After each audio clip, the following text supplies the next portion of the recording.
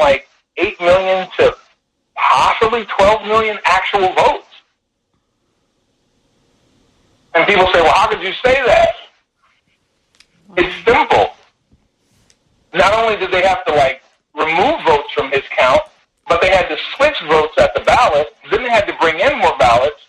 And then there was probably, and from what I'm understanding now, not probably, but there was a situation where they had to shred votes. And the only reason you're going to shred votes is because you don't have time to make new ones. So you just throw them away and shred them. And that's basically, I mean, like, how many votes were they finding in the water, on the side of the road, in the trash? So, you know, it's one of those things where it's like, yeah, Donald Trump walked away with easily, 80 to 90% of the actual vote. And whatever Joe Biden got, if we're going to do real math, you might have only gotten 8 million to 12 million votes. Well, the censorship has been pretty messed up. I think. That's. Here, let me give me a moment, everyone. I'm getting ready to switch the sound. And everybody seems, people grumble about it online, but then, we also have these anti-vaccine people, that are grumbling about the enforced vaccine, and we have medical freedoms here in the United States. And well, see, here's the thing with the Joe Biden vaccine thing. You got to get in there to enforce it first, Joe. You got to get in there to enforce it. You got to show people. You got to show people your power. And that's the thing is Joe has no power. So by him talking and saying all this crazy stuff, he's just showing people what he intends to do to them, while at the same time demonstrating how completely, unqualified he is. I mean, like he just fell into the trap of. So when he took the money for the transition team, the $9 million, he can't even qualify his situation of not having any what's it called? Not having any affiliations with foreign governments, because the laptop proves he has tons of affiliations with foreign government, and the biggest one is China. What do you think, with these, if they attempt to implement this mandated vaccine, that also goes against United States medical freedoms, those policies as well. They're really imposing this Orwellian, micromanaged lifestyle on the American people. Well, let me just say this.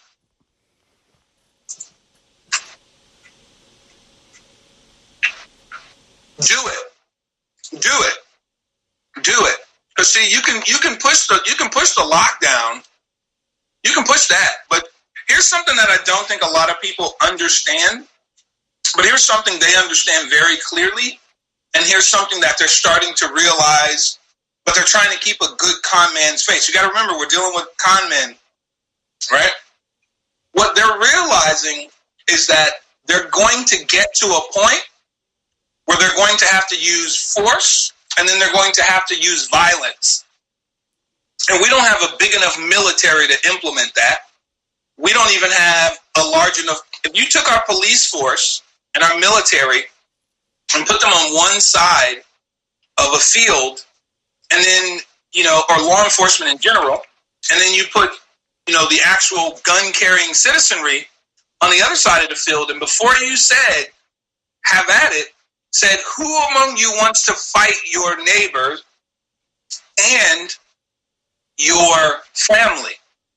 And as soon as that question gets asked, the very next thing that spirals out from that is this, which is the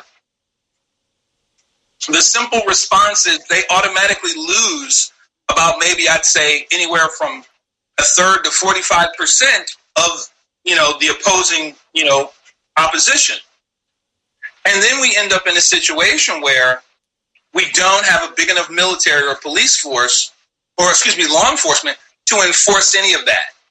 So we end up in a situation where once your police force and your military starts going against your constitutional rights, it is clear that now in the Constitution, I can't remember which section or article exactly, but you have a constitutional duty as a citizen to basically throw off and depose, keyword, not oppose, depose your corrupt, tyrannical government. And that's where they're headed. And they're starting to realize, too many people are reading the Constitution. They're starting to become aware of their rights. They're starting to be aware of the limitations of our rights. And we're dealing with a situation where this is not America. And now that people are really starting, see, you have a bunch of people who they voted for Joe Biden because they were trained to not like Trump. But once that money runs out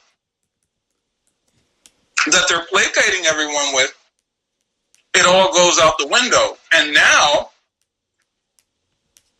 we're getting to a point where Nancy Pelosi just came out and admitted, I decided not to agree with the president on his version of the last stimulus that would have helped Americans because we didn't want him to get a victory or anything. So you decided that it was more important to see suicide, because there's suicides in America. She was more concerned about the amount of suicides. She was more concerned with, looking pretty and saving face rather than protecting Americans. So now that everyone has a good understanding that, the Democrats are absolutely 100% against America, they're not, we're just at a point right now where it's like, well, come at me, bro. You want me to take a vaccine? Come at me. Because Joe Biden has not been sworn in. Joe Biden didn't win. It's obvious they cheated. It's obvious that even the most ignorant person that they cheated. And the worst part is there's people who know they cheated, but for the sake of just being obstinate, will stand there, look you in the face and go, well, I don't like Trump anyway. It's like, that's not an excuse. But no big deal, no big deal. And I say no big deal because moving forward, the Trump administration is just waiting for this to all... I can tell you personally. And here's the other thing. You have Kamala Harris who wants to take away the guns.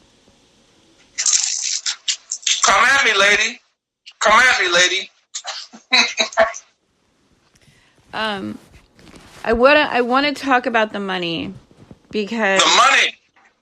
Yeah. The money is dead. It's dead. The money is dead. In fact, the money is dead. Well, actually, the money is dying in front of us right now. The banks are already dead.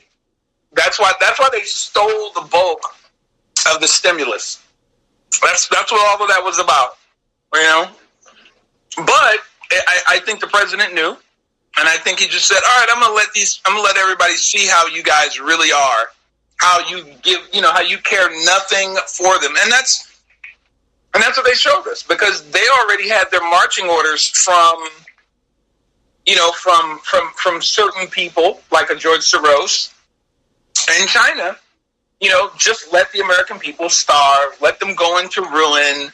We'll make nice with them already because it's just what it is. So, in fact, they're following the same Nazi blueprint and the Nazis were socialists. I don't understand how people keep trying to get out from underneath that.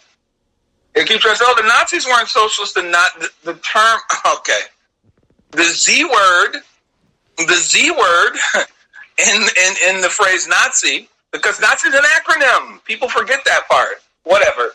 Anyway, the Z word is the German word for socialism. I can't remember the exact word, but but I know the term is national. I think it's like National Allied Socialist Party. I can't remember exactly, but I know the Z word stands for socialism. But I digress. Getting back to the point, so the banks are dead. That's what the whole thing with the Cobalt coding language was, because they were stealing money from each other and hiding it. And now we've reached a point, though, where even though the banks are dead, the money is in the process of dying. This is a good thing. Now, I know we've heard about the Great Reset. Cool. Listen, I've had a lot of time to think about this. And I'm going to go back to one of the last things I said when we spoke last, which is, even though the banks are dead and the money is in the process of dying, this does not have to be a bad experience or situation for you and your family. I'm just going to be real blunt about it. If you're not buying Bitcoin through your Cash App, you're going to be in a world of hurt. If you're not buying XRP and Algorand and Stellar on Coinbase or Kraken, I don't know what to tell you. If you don't even have a buy, so basically you've got three options. Either you have a Binance account, or you have I wouldn't advise getting a Binance account unless you can get a Binance USA account. But my point for even telling you this is get a Binance account, preferably get a Kraken account. Also consider getting a Coinbase, but in that order, it's get a Cash App. When you flip the little switch with the squiggly line or the icon at the bottom of the screen with the squiggly line, it'll take you to a screen where it says stocks or Bitcoin. Forget the stocks, hit the Bitcoin button. Boom, once you hit the Bitcoin button, problem solved. They'll give you an opportunity to eat. You can buy $1 worth of Bitcoin, but it doesn't matter because it'll be worth $10,000 in a minute. Whatever amount of Bitcoin you can afford by the time you decide to go do that, sooner. Listen, I'm going to be honest with everybody. You probably have up until, today is the 6th.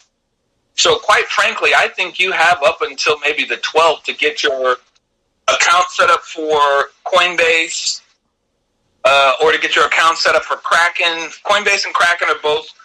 Listen, you might be looking at me like, I don't want to get involved with cryptocurrency, blah, blah, blah. It's like, listen, it doesn't even matter anymore what you think about what I'm saying. I'm just letting you know that if you get one of those accounts while everyone else's money is dying in slow motion, because I'm telling you, the second the federal government comes out within the next 6 to 8 months, right, and tells everybody that, 6 to 8 weeks, and they tell everybody, we're talking about the Securities and Exchange Commission, the second they say that Ripple is considered a security, as soon as they say Ripple is either considered a security or it's considered money, they're going to probably say it's considered money. I'm going to be really honest with you. They'll tell you flat out it's money. And the second they come out and say that, everyone who had money in the stock market is going to dump it. Everyone who had money invested in gold and a few other things, they're going to dump it. And people say, well, why would they dump it? They're going to dump it because in order to maintain precious metals and even real estate, right?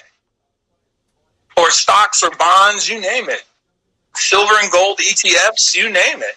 In order to maintain silver and gold and ETFs and things like that and real estate, you have to keep paying money to maintain that, the hold on that. The difference is with digital assets, that's another thing too, is that what I'm trying to tell you is that they're in the process of creating a whole new asset class. There hasn't been a new asset class in several hundred years. Someone said the other day it was about 600 years, and someone else said the other day maybe 300 or 400 years. But I can tell you right now, there hasn't been a new asset class in several hundred years. So once that comes into play, the very first thing that they're going to do is say, oh, we got a new asset class? Fine. And then they're just going to move along. They're just going to move along like, yeah, I'm over this. Their whole attitude is going to be, oh, I'm over this money that we were, playing around with. And that's going to be